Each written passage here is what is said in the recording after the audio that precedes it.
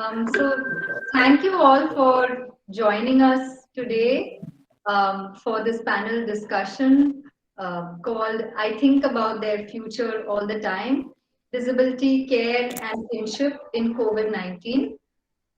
Um, this is a panel discussion which has actually stemmed from our work in the area of disability, kinship and care relations, and how these relations have been particularly impacted in different ways by the pandemic. Um, this is also a panel discussion which is stemming from the research which Dr. Bindu Lakshmi and I have been involved in. This is an ICSSR funded project that we are engaged in. I'm really happy to welcome everyone to this panel discussion where we are going to hear three very reputed and esteemed speakers talk to us about their experiences in navigating with disability and kinship in the context of the pandemic, but also more generally. So what I would like to do is start with one introduction to all of the speakers, as well as introducing our moderator, Dr. Bindu Lakshmi, and we will be describing the structure of the panel discussion. One important housekeeping announcement that I would like to make. We are recording this session, and in order to to sort of control for bandwidth and other technical kinds of issues, I'd like to request all everyone to sort of except for the speaker and the ISL interpreter, to turn off their videos. So once the panel discussion begins and the speakers sort of start off, it will be good if everyone turns off their videos. So that's just one sort of housekeeping announcement.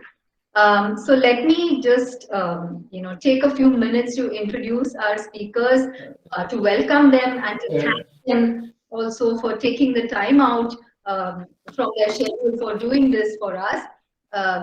We believe that issues around even what does disability mean, what does what does a normative family actually mean, and what kinds of new care relations are actually being fostered through interactions between disabled and non-disabled. We believe these are very important issues, and we are very privileged and grateful to have our three speakers with us. So I'd like to introduce them. Our first speaker for the day is Dr. Shubhangi Vaidya. Shubhangi Vaidya is an academic by training, but she also has several, I would say, feathers in her hat. She has been actively involved in interdisciplinary research in disability since a long time now.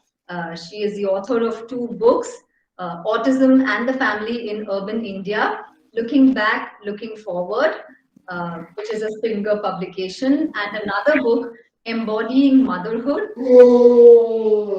India. Dr. Shubhangi Vaidya is a sociologist by training and a professor in the School of Interdisciplinary and Transdisciplinary Studies in IGNOU. She's also active in the disability studies circles. She's also the mother of an adult child with autism spectrum disorder.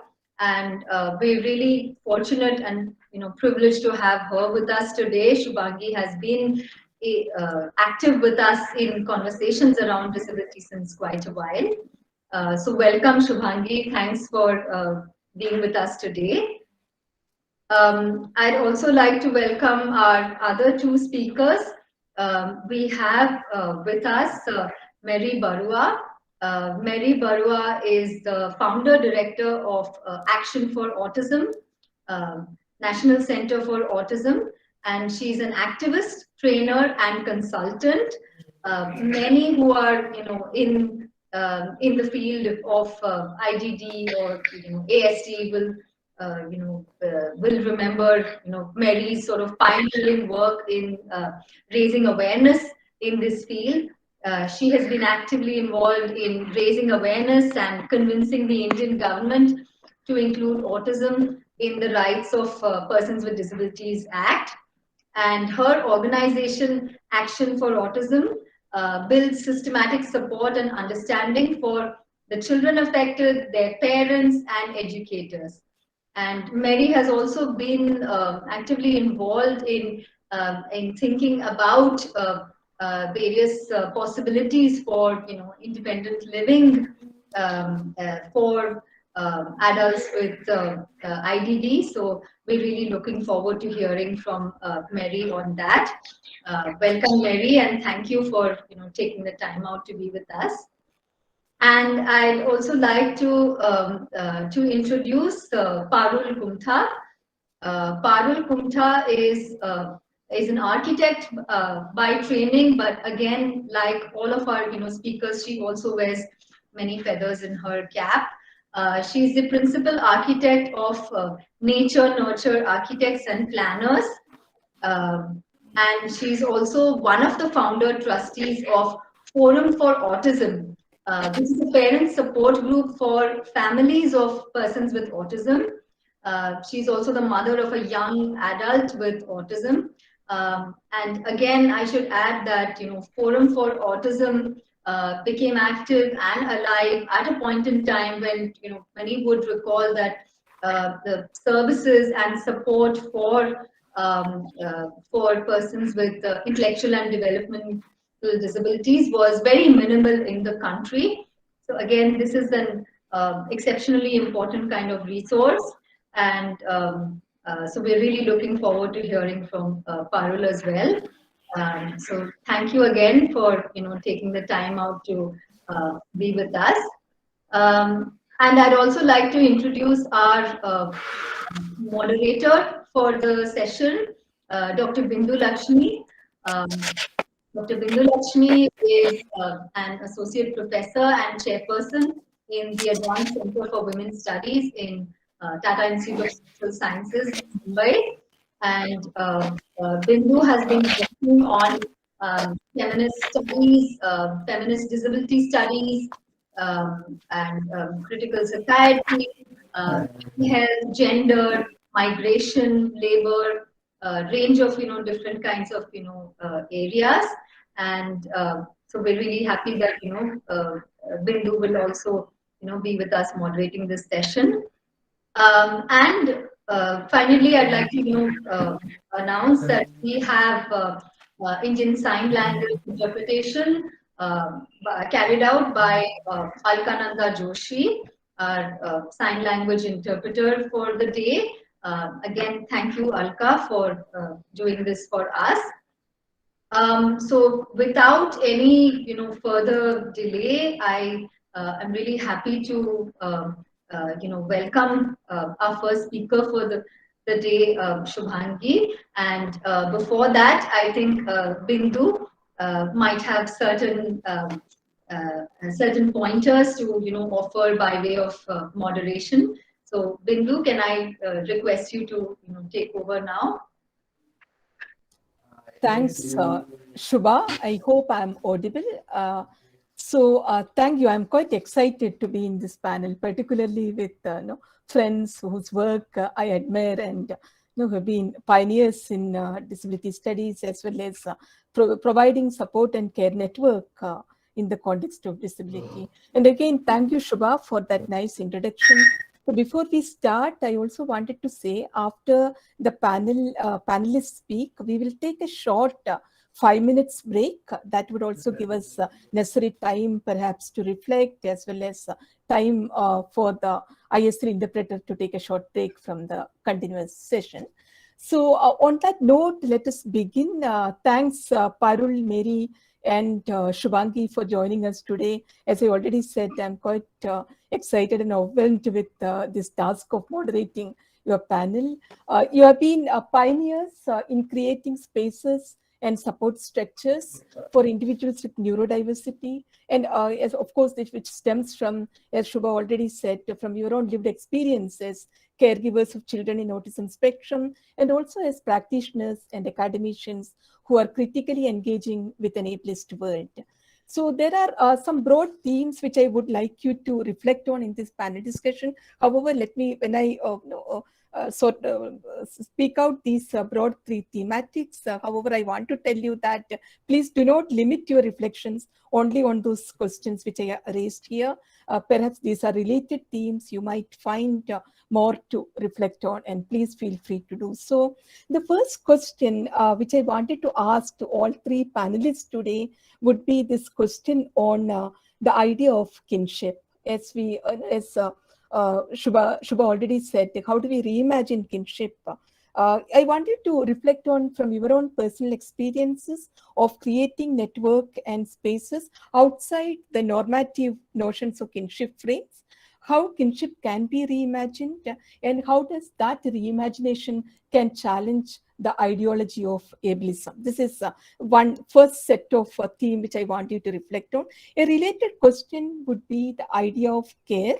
Yes, we know how the pandemic COVID-19 has shaped our own lives, which has significantly shaped the way we imagine care, care as interdependent, care as relational.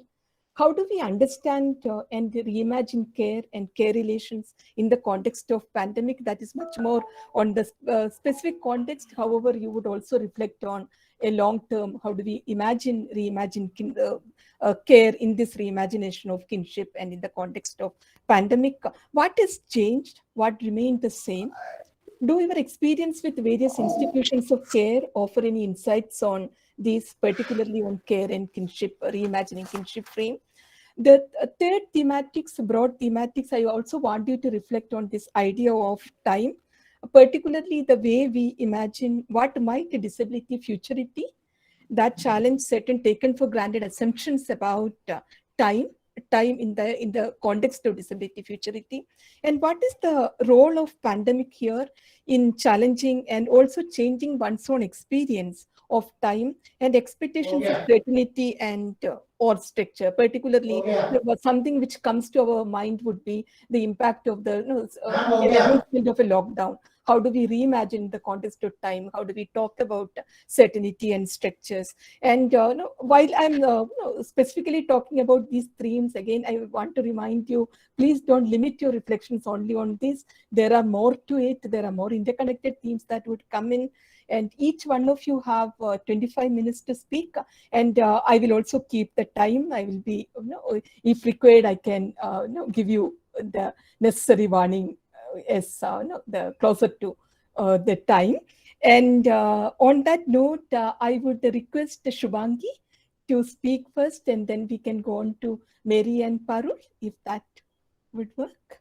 And thanks again, Shubhangi. Over to you. And I'll keep the time, as I promised. Thank you. Yeah. So, a very good afternoon to everybody. Shubha Ranganathan, Vindalakshmi, thank you for organizing this panel. Thank you for inviting me on it. And I'm delighted to be here with my two kinswomen, Mary Barua and Parul Kumtha. When we talk about reimagining kinship, I would see them as my kin through disability, in the sense that we have shared experiences, we have shared learnings with each other right from the very beginning of my trajectory as a parent of a child with autism. And so in that sense, the kinship, reimagined notion of kinship that we are going to talk about, definitely in my case, it encompasses my kinship with both my co-panelists, and therefore it's a great honor to be here with them. The arrival of a disabled child or a child with neurodiversity in a family, in a sense, is a huge breach of order.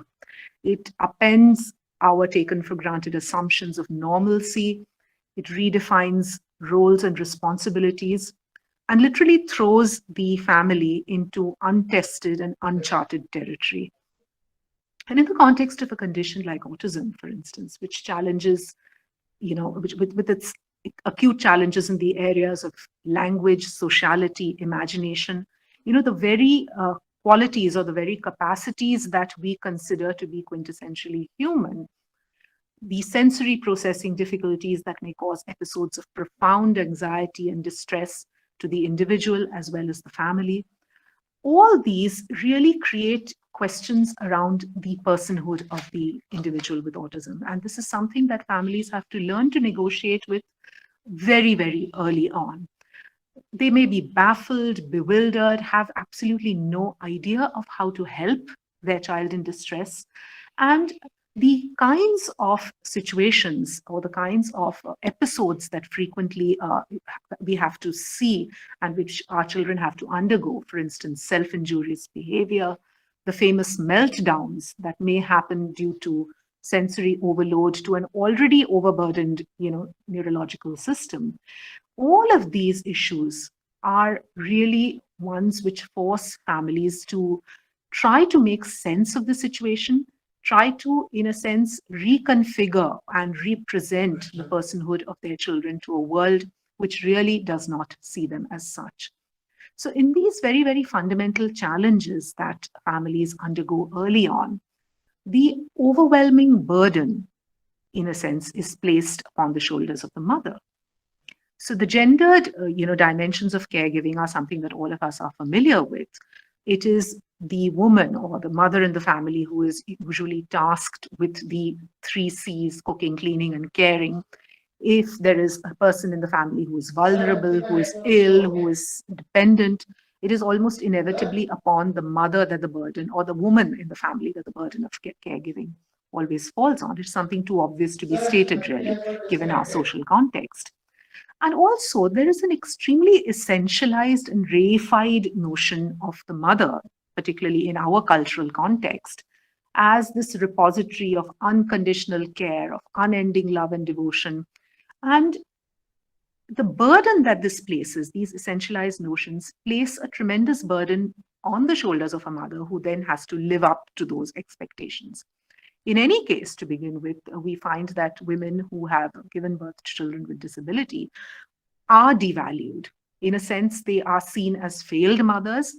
And if they don't live up to this reified notion that I've just mentioned, then they would also be construed as bad mothers. And this is not something that is just a cultural trope. We see it even in the way medical advice is given, the way educational systems function, which really seem to suggest that it is a mother's work that can either make or break her child with disability. So these are some of the very, very daunting issues that families of children with disabilities, particularly very difficult and complex disabilities like autism, really have to contend with. Also, I would like to, in this context, mention the connection, the historical connection of autism with the notion of motherhood. I think those of us who have read about autism, who know a little bit about its history, would be aware of the notion of the refrigerator mother that was popularized in the 1950s in the West, wherein the psychoanalytical frameworks were really the dominant ones, in which a child's autism was seen as the consequence of cold, disengaged parenting, and the remedy or the solution was seen as taking the child away, or separating the child from a mother who had actually caused her child's autism because of her own parenting practices. So while this notion of the refrigerator mother was extremely dominant for a very long time, it has subsequently been challenged, contested, and discarded. Nevertheless, it has cast a very, very big shadow on the way in which the discourse of autism has been constructed. And in our own social context, we may not have we may not be talking about refrigerator mothers, but we certainly speak about good mothers and bad mothers, competent mothers and incompetent mothers. And like I mentioned, the entire experience of mother blaming and mother shaming is something which all of us are familiar with, as a mother, I have certainly had my share of it, and I'm pretty sure that would be the case with the other two panelists who are also mothers of persons with disabilities. So this notion of the disability itself being caused, in a sense, by kinship gone wrong is something that is important to bear in mind when we talk about new kinds of kinship imaginaries and so on. So these notions of autism as being caused in some sense by parenting have been challenged by families themselves. And in fact, there has always been a tussle, of sorts between medical understandings or psychological, psychoanalytical understandings of autism and the actual experiences of autism that have been learned by families who are actually raising children with autism. And the entire, I would say, this entire family-driven kind of movement that has arisen all over the world in order to create awareness, in order to create understanding, in order to bust myths, in order to dispel, kinds of notions which relied upon blaming of parents. This family-driven movement has created much-needed services. It has fueled a great deal of work in science, as well as in areas of education, as well as in the social sector, and so on. So the entire ecosystem with regard to autism support, in a sense, has been family-driven in many parts of the world. And this is no different in India. In India also, it has been family-driven movements that have really brought autism into the forefront, put it, in a sense, on the disability map of India. And the work of organizations like Action for Autism, for instance, have been invaluable in this regard. And parents like myself, on a personal note, have been very, very fortunate to have been associated with organizations such as these right from the get-go. So right from the very first time that my child received a diagnosis of autism, I have been in contact with Action for Autism, where my child managed to get services, managed to get admission into an autism-centered school, an autism-specific school called Open Door School. Over the years, it has been in and through the organization that a lot of what I myself know about autism, a lot of my own experiences vis-a-vis my child, and also the ability to connect with parents and professionals from not just India, but all parts of the world, has been fostered through my interaction or through my connection with the organization Action for Autism. And in fact, the workshop, there is a parent workshop that is conducted by the organization annually. And I think that that is a workshop that, in a sense, really changed my life, because I think it was there that I first understood what my child's difficulties actually were, how I was to address these difficulties, and I think, above all, gave me a perspective on neurodiversity, even though that word was unheard of then, and I'm talking about 2001. So I think similar trajectories can also be seen, in the case of other disabilities in India. For instance, there's a lot of work that has been done by families of persons with Down syndromes and other intellectual and developmental disabilities. And the entire sector, in a sense, the intellectual disability sector, is very, very strongly family driven. And this has led to its kinds of, I would say, tensions with the broader disability movement as such, the disability rights movements, which in a sense views parents as part of the very same oppressive society that the disability rights movements is, in a sense, trying to challenge. And this kind of tension is something that I experience quite frequently, and I try to kind of resolve through my location, both as a parent as well as a scholar of disability studies. So I think the importance of these kinds of organizations, these kinds of networks, has really been extremely crucial, like I mentioned, in awareness raising, in advocacy, in inclusion, in actually creating social spaces, which are so very crucial for families like ours, where, in a sense, we have become pariahs in the wider society, where our children's deficits or difficulties are seen as something to be shunned and avoided. And through these kinds of civil society movements, new kinds of networks have emerged which are based upon a shared reality, the reality of one's child's disability. And here I'd like to cite the work of the anthropologists Raina Rapp and Faye Ginsberg, who are also mothers of cognitively challenged individuals, who use the term a new kinship imaginary, really to connote how families with non-typical children build lives around those children, build new routines, build new understandings, build a whole way of living around these non-normative individuals. And also then take this understanding, take this knowledge, and take these insights out into the wider community. And by taking these insights into the wider community and by creating an awareness of difference, of diversity, these efforts or this kind of extended kinship is an attempt really to create a more humane society where the notion of diversity and difference can be accommodated or can at least find some sort of a mention. Just completely out of the presentation that I've prepared, a little incident occurred just a couple of days ago. My son with autism has grown up with a young girl who, a neighbor's child, who has known him right from the very time she was born and who has a great deal of love, affection, and friendship with him. At a birthday party where she was sitting with her teenaged friends, and we were also part of the celebrations, my son went up to them to say hello. Immediately, this young girl who has, like I said, known my son right from the time of his birth, introduced him and told her mates of his very, very interesting ability of being able to give the days of any date of the month that you told him. So you just have to tell him a particular date and the year, and he will give you the day.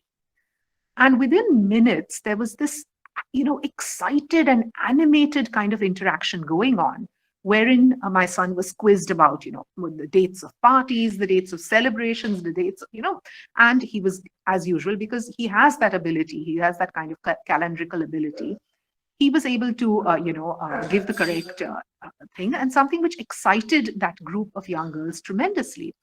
So the interesting way in which a situation which in an ordinary sense or in ordinary living could have the potential of being an awkward one, wherein attitudes towards individuals with disability are so negative and so ableist. The notion of a child who has grown up with a person with autism, this is not a family member, but it is part of my extended kin who know him, who understand him, who take their insight about his difference into their wider circles. And I think this is where the whole idea of inclusion, the whole notion of being able to bring persons with different kinds of cognitive difficulties or with persons with neurodiversity to really find spaces for them in the community where they are not pressurized to be like everybody else, but rather their differences, their abilities, their difficulties are acknowledged and space is made for them. I think this is something very, very crucial. And this is where we as family members play a major role in bringing our insights out and sharing our own knowledge of our persons with the larger world. This also brings me to the whole notion of advocacy and self-advocacy. Now, the very notion of neurodiversity, which is basically the neurodiversity movement, which is autistic self-advocacy, is something that really has been fostered in recent years over the last few decades by the expansion of the internet. And it is in and through the internet that persons on the autism spectrum of varying abilities have interacted with each other, have created networks, have created support structures. And similarly, while talking about the social media has been an enormous facilitator for individuals and families. And for families, it's been a kind of a way to connect with people, irrespective of geographical or spatial limitations, and in a sense, create larger solidarities across the world and across time and space. So I think these kinds of new ways of imagining kinship, these ways of really taking kinship outside the four walls of the house or outside the limits of blood relations is really very, very crucial and critical. Of course, at this point, I have to say that what I'm presenting is a very classed notion of kinship and extended kinship outside the realm of the family, because these avenues are really available to those who have certain class locations, who have certain class positions. In fact, autism as such is associated or has historically been associated with a certain class simply because getting a diagnosis is so difficult. So within a larger community, within the community where I think issues of basic care, basic health facilities, diagnosis, long-term care, futures of children when families are no longer there, when these are the really pressing issues that confront us, and where really the involvement of the state is of the essence. We really cannot reduce disability to something that is just within the domain or within the purview of non-governmental organizations or civil society organizations. It is, at the end of the day, the state which has a responsibility towards its disabled citizens, towards its neurodiverse citizens. And indeed, the very notion of neurodiversity has been critiqued precisely on these grounds of it being an elitist notion, it being something that is available only to those who perhaps have certain abilities and therefore are able to use these new devices or these new ways of reaching out to others. What about, it is often asked, persons with really profound disabilities who need constant care? What about those caregivers who who spend an entire life, who spend an entire, the sheer unending, unremitting nature of care and the uncertainty of the future when they are dogged by these issues? What are we talking about, really? Where does neurodiversity fit into this? But I would argue that if neurodiversity becomes kind of a lens through which we actually look at disability, we foreground the personhood of persons with autism, with intellectual disability, with any other kind of disability. If we use this as a lens which will then help us to devise policy, I think it is an extremely useful and an extremely important concept. And I'll explain this a little more when I talk about the current scenario within which we find ourselves, which is the entire idea of the COVID pandemic and what this has done to the world, what this has done to our lives, and what kind of futures can we think about, not just for ourselves, but for everybody. So like I mentioned, when the diagnosis of a child with disability really turns the world upside down and disrupts or ruptures order, ruptures normalcy, this is precisely what the COVID pandemic has done. It has turned on its head everything that we assume for fact. It has turned on its head all our routines, all our day-to-day activities, and in a sense, given the non-disabled a taste really of what it is like to lead a life with disability, wherein we are confined to our homes, confined to our screens, bereft of social contact, unable to move out, where an illness, contracting COVID, is not seen as an illness when people will come to your aid, but is seen as, in a sense, a contagion, something to be avoided, something to be segregated, something to be kept apart from the rest of the world. These are all the experiences of disability: segregation, exclusion, stigma, inability to participate in the everyday affairs of society. All these are the experiences that constitute the experience of disability. And I think COVID has really brought these realities home in a very, very sharp way to all of us. Of course, while COVID has been a huge disruptor of everybody's lives, there are certain specific issues that persons with disabilities have had to face, which are probably even more acute and even more troubling. Disrupted routines, which have been so carefully built up over the years. In the case of persons with autism, it's very interesting, the whole notion of social distance or keeping away from people. All our lives, we have trained our children to actually bridge social distance, to actually learn sociability, which is one of their main areas of difficulty, appropriate ways of interacting with people, getting out of their need to be, alone and actually find pleasure and find companionship in others. All these things have been turned completely on their head.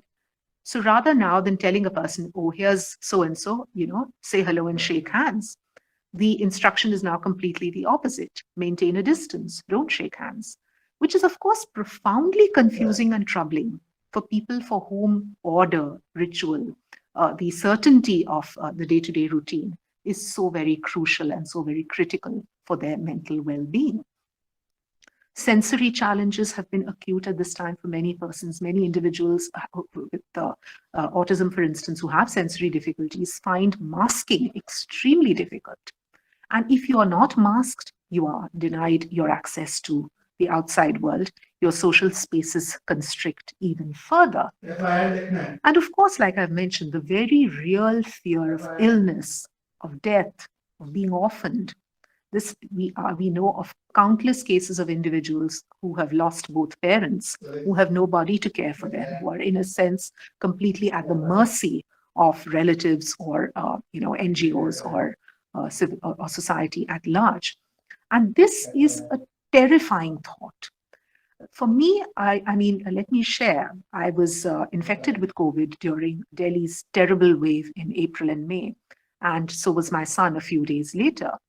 And for me, my greatest fear at that time was the thought that I may be admitted to hospital and never be able to see my son again, or the other way around, that he may be admitted to a hospital and never be able to see me again.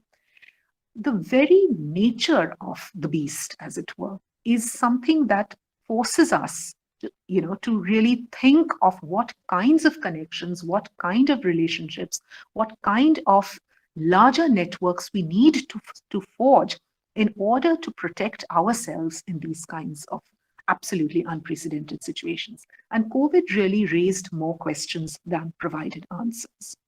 However, one of the interesting things also is that something which the disability sector has asked for ages, that is reasonable accommodation, the ability to do things online, the ability to have interviews online, the ability to work from home. These accommodations, which have for the longest time been on the wish list of many persons with disability, suddenly become a reality and are termed the new normal. So the ableism of the world really comes through so sharply here that a problem is a problem only when it affects the non-disabled. So there have been, like I mentioned, there has been some good that has come out of a really terrible situation. Online learning, even though it has been, reams have been written about it, and we can have seminar after seminar to debate its, what it has done to an entire generation. For many individuals with autism, online learning has been something facilitative, has been something that they could manage, has been something that, in fact, they were comfortable with. So this raises the entire issue of the diverse needs of diverse people and how solutions can never be packaged. Solutions can never be one size fits all, but solutions have to be multifactorial, have to take into account diversity, have to take into account the different ways in which people like to or are comfortable with functioning in the world.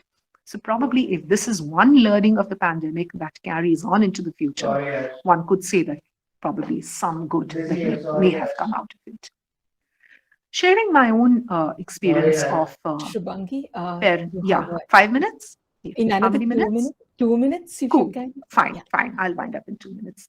So my own experience of caregiving during the pandemic actually reversed the caregiving relationship. At the time when I was sick, my caregiver was my young adult with autism.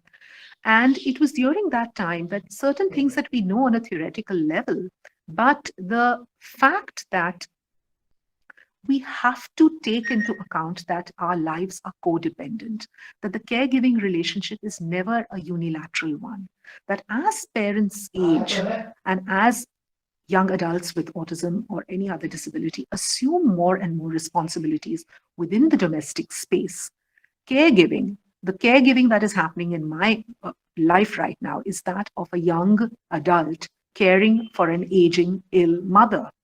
And I think that when we reconceptualize the caregiving relationship or the care relationship as something that is premised on codependence, and where the frailty of all our bodies, at the end of the day, the only existential reality is the frailty and the ephemerality of the bodies that we inhabit.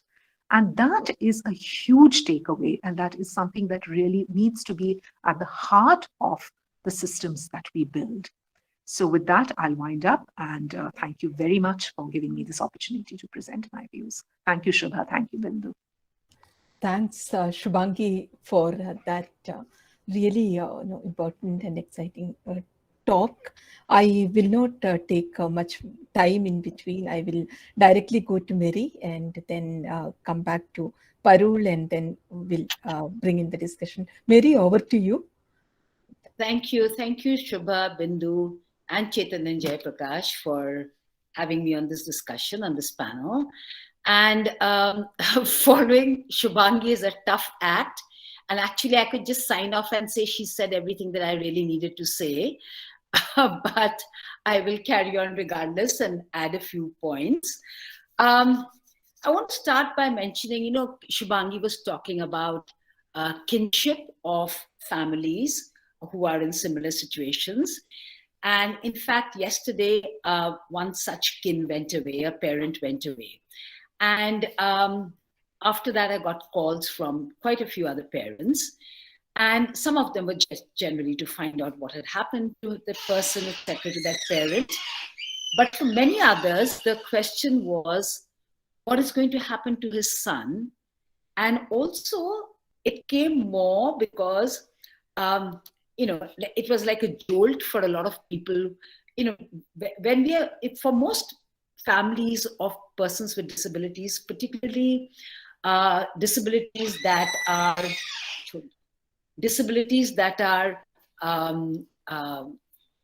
developmental disabilities and disabilities where there are high support needs. The future is terrifying for most of them because we do not know what the future would be. And sometimes we tend to keep our head in the sand and not think about it. And when this happened yesterday, it kind of jolted everybody and got them to start thinking about a future that we have to look at, we have to try and work towards, and actually a future that we should look straight in the eye and try and figure out what to do about it. But it is difficult for families largely because right from the time when they get the diagnosis, they're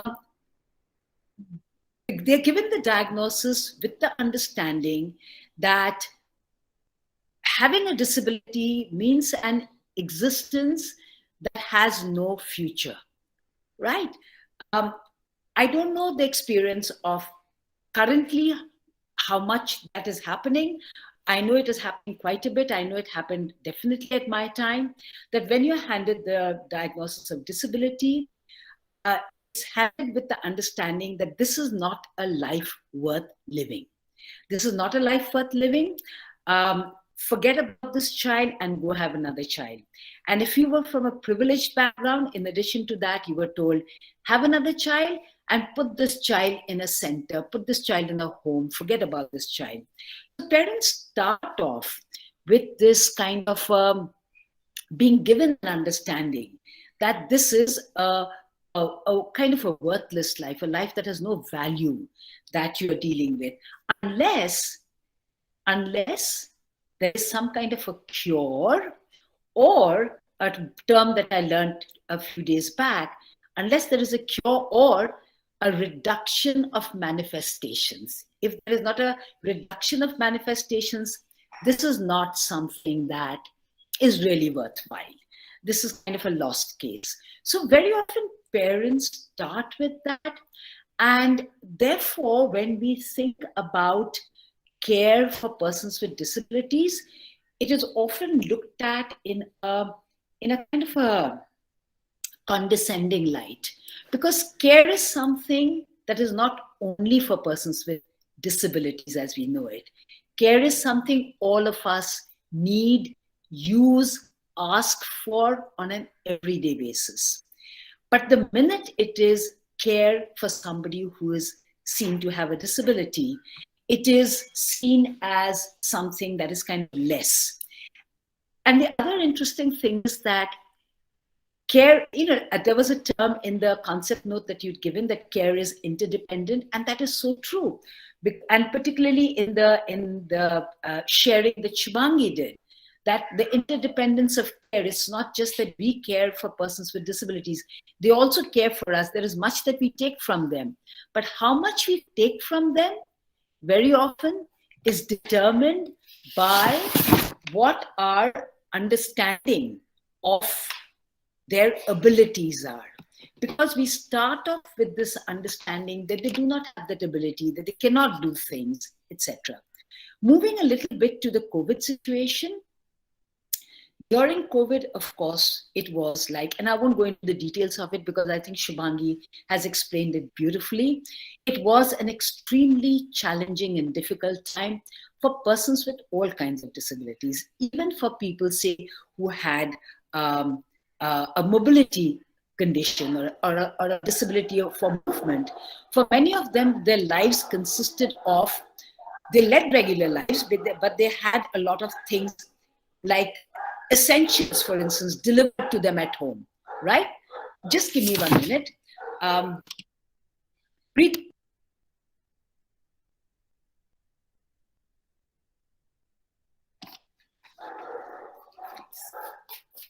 So where was I? Oh yeah. So people who had, say, movement conditions, many of them, they relied on the essentials being delivered to them at home. So sometimes they did not have food, sometimes they did not have medicines that they required when the lockdown happened. So it was an extreme, because the whole thing happened so suddenly without any planning. It was extremely difficult for people with all kinds and every kind of disability.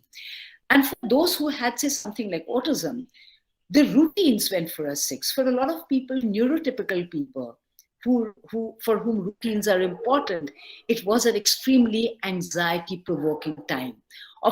And for persons with autism, this whole thing of a complete sudden break in routine, not for 1 or 2 days, but for a continuous length of time, was an extremely challenging time for the persons with disabilities as well as the families. In addition, the news and everything around them was constantly full of talk of death and contagion and the seriousness of the condition. And I know that a lot of families were extremely impacted by this, sometimes more so than their family members with disability, because they were more anxious about what would happen if they got disability, if the child got disability, how were they going to manage, how would they manage the isolation. A lot of that was, of course, real challenges if they happened, but very often the whole, what should I say, the belief that the person with disability would not be able to do things, the belief in the incapacity, actually almost forced the families into a kind of sense of, we are in a terrible situation and we don't know what we are going to do because our kids will not be able to do things.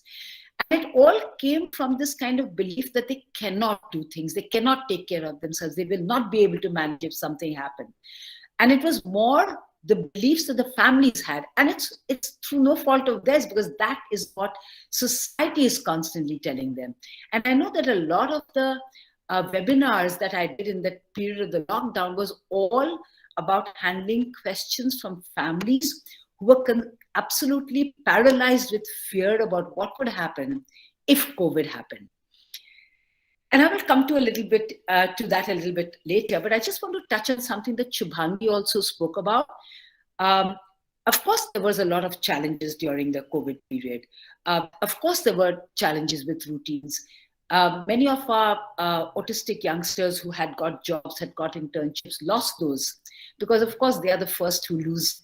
When there is any kind of difficult situation in the economy, is the marginalized that get marginalized first, right? So they lost their jobs and lost their internships, etc.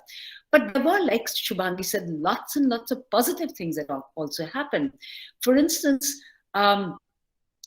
as she mentioned, there was a lot of the online learning. Of course, online learning is not possible if you do not have the resources to have devices or internet connectivity and stuff like that, which many people many millions of people in the country did not have.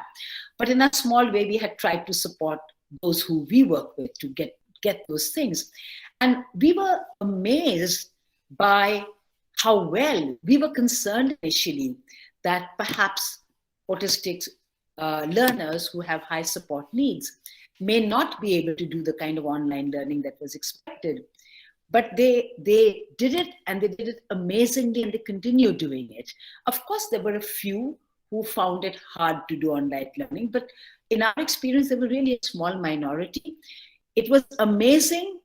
And of course, for them, it is important to go back. But the thing is that parents believed, and many of us also felt, that maybe they may not be able to do the online learning, but they did. And not only that, many of them had never been given any electronic devices to use because it was believed that they would not be able to use them. A lot of autistic kids are very IT inclined, but not everybody is, right? So many of them had not been given any of those, and they were using the devices. Families discovered that they had members with autism who could cook if they were given the opportunity, and they were cooking, who were cleaning, who were helping in the house.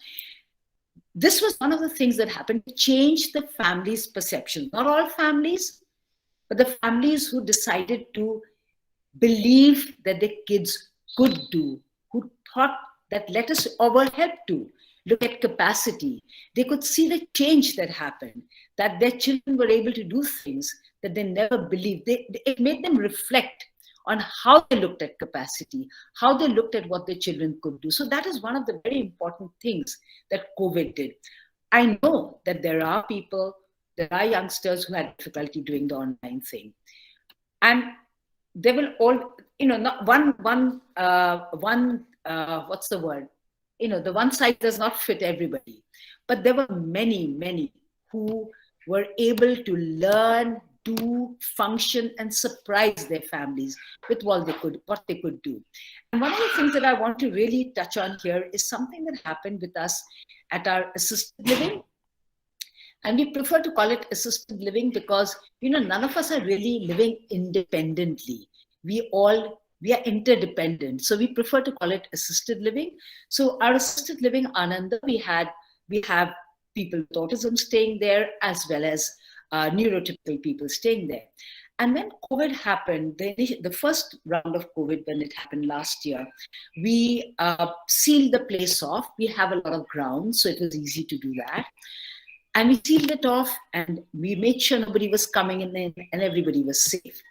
And then when COVID hit us again, the second time around, we were again very careful. We sealed everything, but we had a few team members who would come from outside. And some of the team members were living on an estate nearby, and we did not know that the owner of that estate had allowed members to go out to attend weddings. So we had no inkling of this. So those staff members had come back and brought COVID with them, which infected our staff members who were staying on that estate.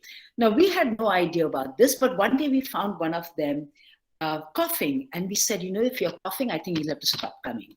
And everybody who lived on that estate, we asked them to stop coming. We did not know that they already had COVID, but after they left, 2 days later, we discovered that some of our team members were infected. As soon as that happened, we isolated them. But what had happened is that before we could isolate them, they had infected some others.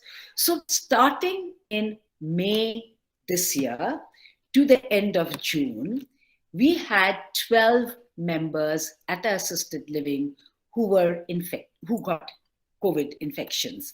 6 of them were people with autism. 6 of them were support people. Now, amongst the people with autism who got COVID, most of them were people with extremely high support needs. people who we were still working on, these were all adults, but we were still working on helping them to, do their daily living activities, helping them with their bathing, helping them with their eating independently. But we were working on all of those. And even while they were learning these skills, we were also working on their washing their dishes themselves and making their beds themselves, coming to work, doing some work at the vocational, all of that we were working on. Now, when they got infected, we isolated them all in the individual rooms.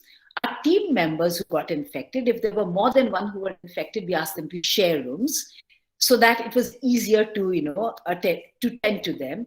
And we had one team member who lived outside the building so that she would be somebody who would not get infected, less chance of getting infected, who could be the interface with the doctors and the treatment. So she would go with hazmat suits and all of that every day, ensuring that there was food coming in. We got food organized coming in from outside, ensuring that everybody got their medication. We had a doctor on call who had told us, who had given us a whole regimen of things to be given as soon as everybody showed a sign.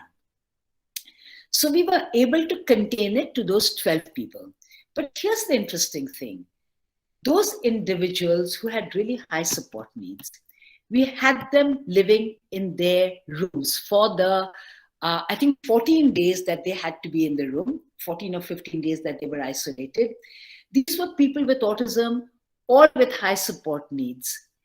They actually remained in their rooms and did not come out. Not only that, we would give them their food. They would come to the door. We sat them down. They sat in their rooms and team members sat outside, explained to them what had to be done. So every day at meal times, somebody would open the door and tell them, bring your plate. They were all given a plate and a cup and a bowl. They would bring their plates and cups and bowls and come. And food would be put onto their plate. They would go back into the room.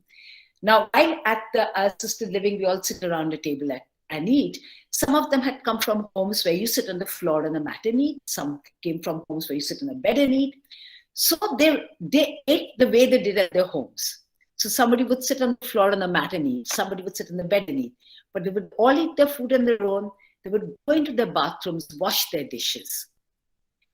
This was such a learning for all of us because, you just assume that there is this condition, this person has high support needs, they would not be able to do certain things.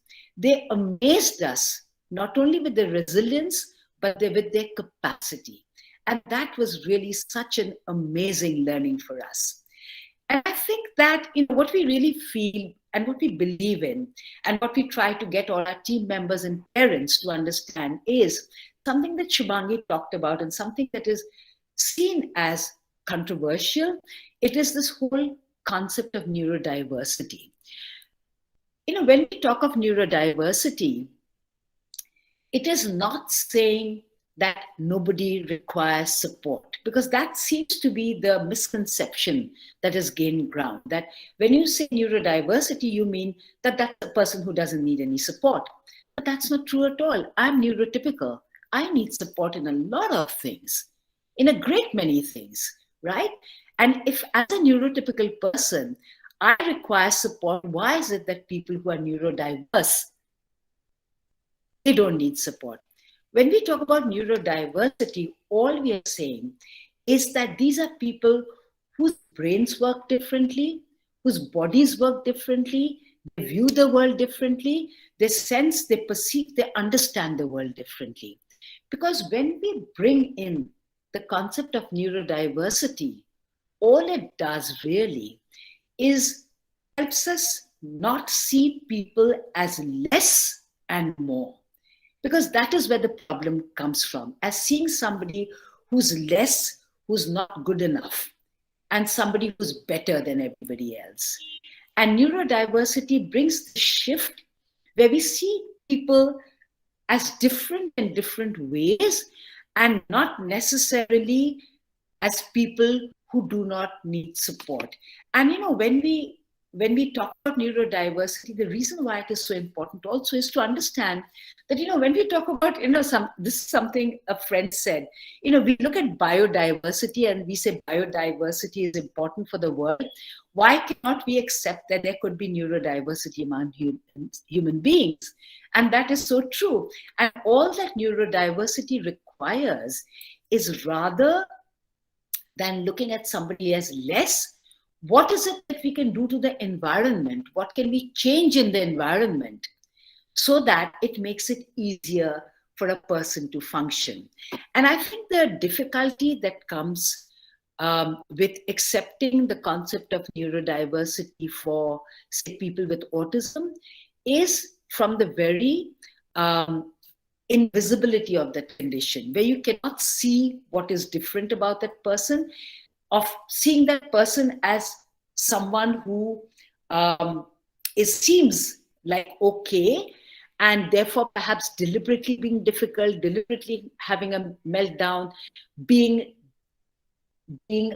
disobedient, being non-compliant. These are words that are used with people with autism all the time, right?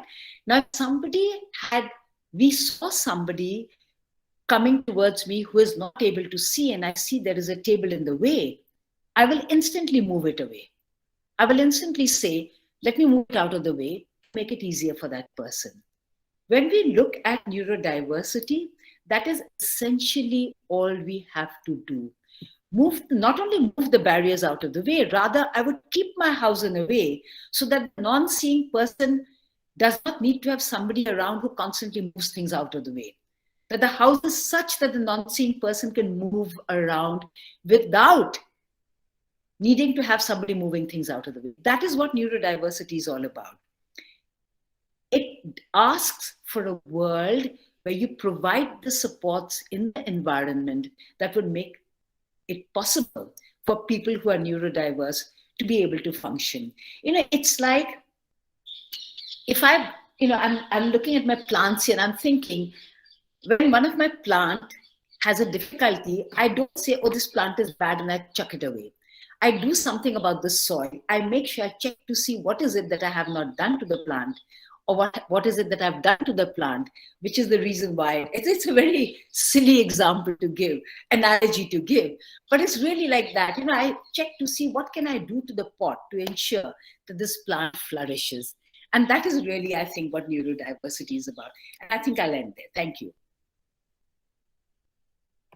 Thank you, Mary, for that talk, and also very well in time. So we will go over to Parul, and Parul. Yeah, thank you, Bindu, and thank you, Shubha. Thank you for having the three of us here. I totally echo Shubhangi's words from when she said that it's a privilege to be here with Shubhangi and Mary and share our experiences. And I'll start off by saying that Forum for Autism is a little different from the other organization that we've been speaking about here, which is essentially Action for Autism. Forum for Autism is probably an organization that's different from most other autism organizations or NGOs that work with disability. And it's different in this way. We run no service. We are essentially a network. And just to give you a little background about how this network got set up, it was set up because we were a group of parents, mothers essentially, because as Shubhangi pointed out, we are the primary caregivers, the ones that take the children from therapy to therapy. And we kept meeting outside therapy rooms while our children were in taking their therapy. And from that started this bonding with each other and the setting up of the community for autism care in Mumbai, I think about 2.5 decades ago. Now, initially it was more about what are you doing, what helps, it was just exchanging hints about things that work in our life and hoping that it helps others. And over time, it became a means of gaining respite for ourselves, because as again, was pointed out by both Shubhangi and Mary before me, life with autism can be a challenge, especially a social challenge, because it's so difficult when you know very little about autism to understand how to negotiate society. For a child who finds it difficult, and for a society who doesn't know anything about it. And therefore, we started essentially reaching out to each other to spend some time outside of the world of autism, where we could just sit, talk about books, or just, eat some chaat at the corner chaat wala, or, these kind of things. But then over time, it moved towards trying to understand autism better, trying to hold workshops. In fact, our very first workshop was a 3-day workshop where Mary came down and explained autism to us. And frankly, for me personally, just as for Shubhangi, being connected to Action for Autism and connected to Mary was my inroad into understanding what my son is all about and what others like him are all about. So this was our start, and we realized that start of trying to gain awareness and knowledge, and we realized that this is also a very important aspect. And as we were doing that, trying to negotiate the complex world of social norms and requirements that we try to get our children into, we realized that when we work as a group, it works well. So some of our first endeavors in trying to create those inroads for our children into the social fabric of Mumbai, where our organization is, was to go as, like 2, 3 moms and just go and say, we need to do this. How could you help us? Just for example, going to a restaurant, and, I remember going to a Udupi restaurant of the neighborhood and saying, we would like to come here with our children, and how do we do that? Because it's a little difficult. And we were so warmly taken aback when, at least that was the case in Mumbai, when people went out of their way to help us and to scaffold our processes. Telling us, come at these times when the rush is less, giving us a table that is removed from the crowd, more set back from the road so that our children don't just rush out.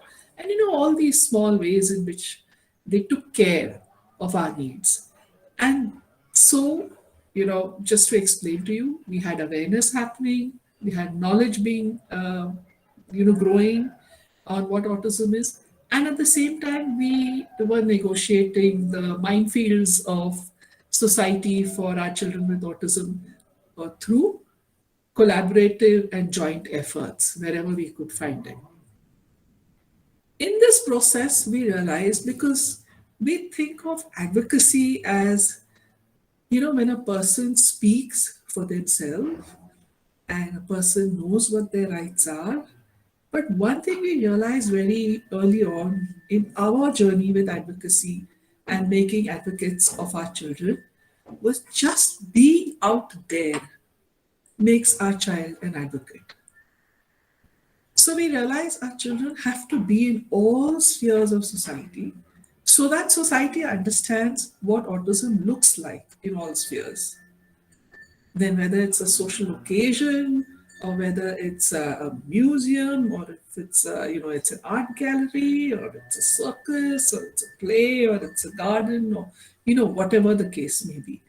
And therefore we started ensuring that more and more of these areas and these arenas became available to our children. And this was really the start of looking at our children as self-advocates. We didn't know it then. It's more than, I'm reflecting on that process, and I realized that this is what it was.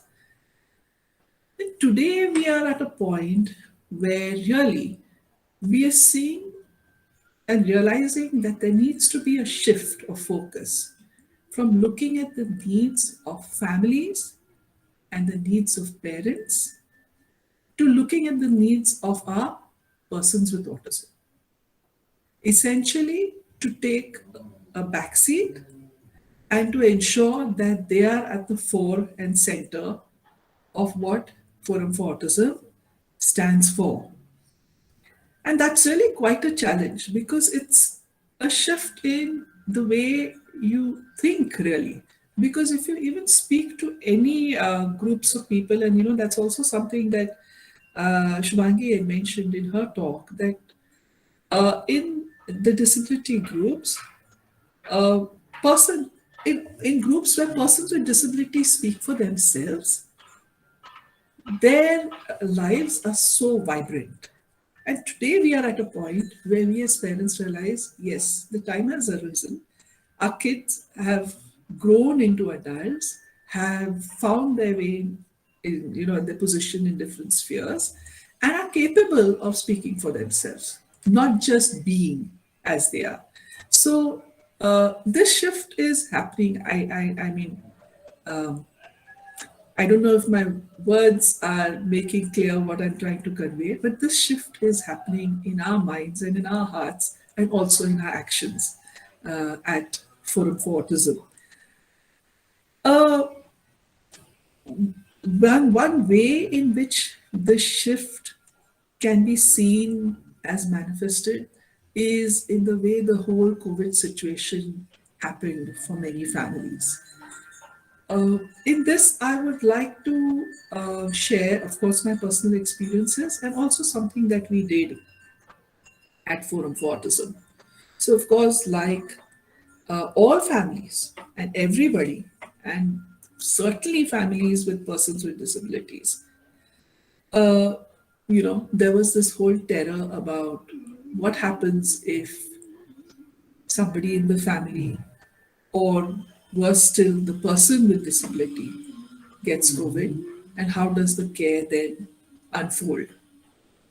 So this was something that we kept discussing back and forth, in our core group at Forum for Autism. And then the thought occurred to us that many of our parents are doctors. And why don't we then create a group of doctor parents who, because they have the know all about this, they have the wherewithal for this. Why don't we create a group of doctor parents who can be the go-to if such a thing happened? And that's how the FFA Forum for Autism Doctors Group got set up during the major lockdown of COVID, the first lockdown. And when we did that, and this was also like we wondered whether this would be possible to do. And I remember writing out this email and sending it off to all the doctor parents. And everybody we reached out to replied saying, yes, I'll be on the group. So we have now this doctors group. And as you may know, Mumbai is a very far-reaching city. In fact, it's many cities in one city. And we have our doctors strategically scattered all over the city, right from Navi Mumbai to Thane to the western suburbs, central suburbs, island city, etc. So from this, again, we got a different kind of resource and knowledge base, because our doctors now started sharing what we need to do, what are the essentials for COVID care to prevent contraction of COVID, and in case it happens, the different ways to take care of it. And this we started sharing in little capsules, with like little news capsules with all of our members. And then, of course, as is inevitable, COVID did strike several families. There were families in which, in a family with 2 children who have autism, both the parents, both the grandparents, and one of the children had COVID and had to be hospitalized. And then the question arose of what happens to the younger child with autism who doesn't have COVID, and how does the care happen?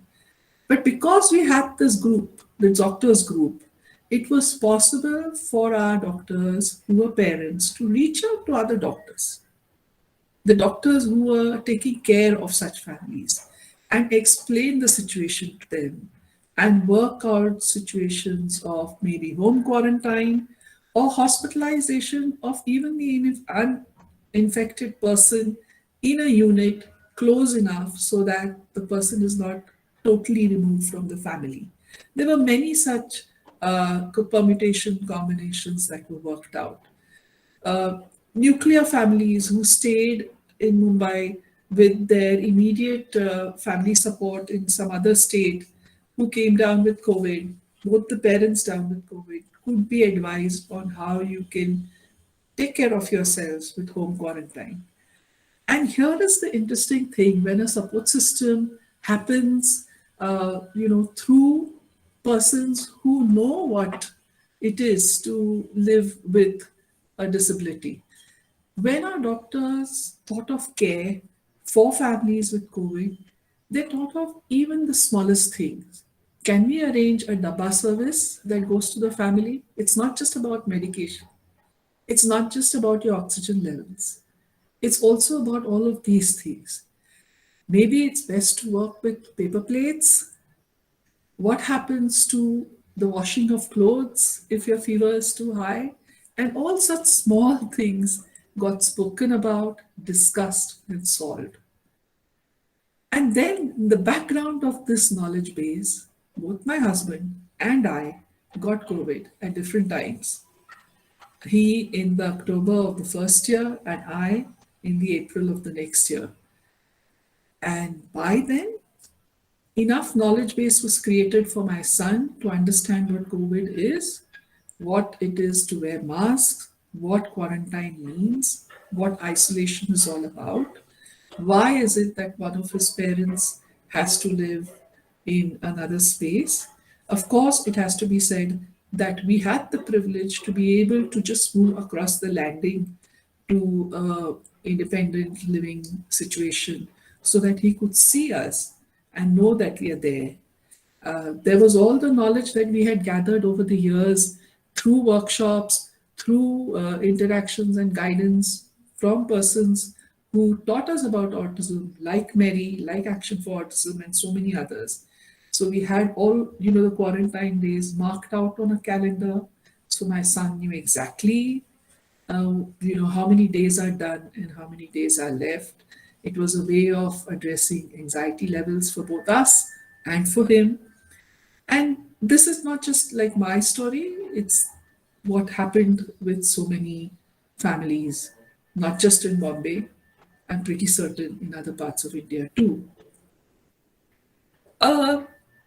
Now, one thing that has happened, and Mary and Shumangi have also spoken about it at a lot of length, is this whole pandemic has kind of helped us see a new possibility.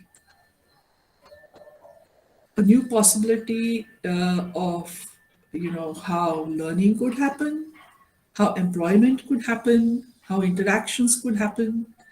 And while a lot of families went through a lot of stress because of lockdown and being in the home, in small homes, restricted physical movement, etc., a lot of families with persons with autism actually thrived in this time because our children with autism were sitting in the comfort of their home, in the clothes that were comfortable for them while they attended their classes. They didn't have to interact with, they didn't have all the unnecessary social interaction that they find so difficult to do. They could interact with colleagues only on a need-based, style. So you have a meeting related to a certain topic and you discuss that topic and you get on with your work. Again, you can work in the comforts of your home and so many other such things that evolved through this pandemic. And of course, as we keep discussing and all of us know, the online platforms are now here to stay. People are more and more discussing the lack of need for everybody having to come to work and clock in their hours if the job does not demand it. So looks like going forward, there might be better work and learning situations for at least a certain group of our persons with autism who find it easier to function in these ways. So these are just some of the insights that became visible for us at Forum for Autism, and for me in particular, as a family member of a person with autism, that I thought I could share with you today. And really, so much has been spoken about and discussed so beautifully by my speakers before me that I think, uh, I really don't have anything more to add to those aspects. So I'll keep it short and end what I have to say here.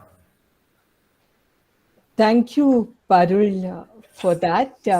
So what we can do is, and thank you very much, well, within the time, all of you, all three of you. So we can take a 5 minutes short break. That will also give you some time, this continuously speaking. And let us get back, I would say it is 15:58. Shall we back by 14:03? Would that work? Yeah. So don't log out. Please be around. You can switch off your audio and video. Yeah. We'll meet at 14:03.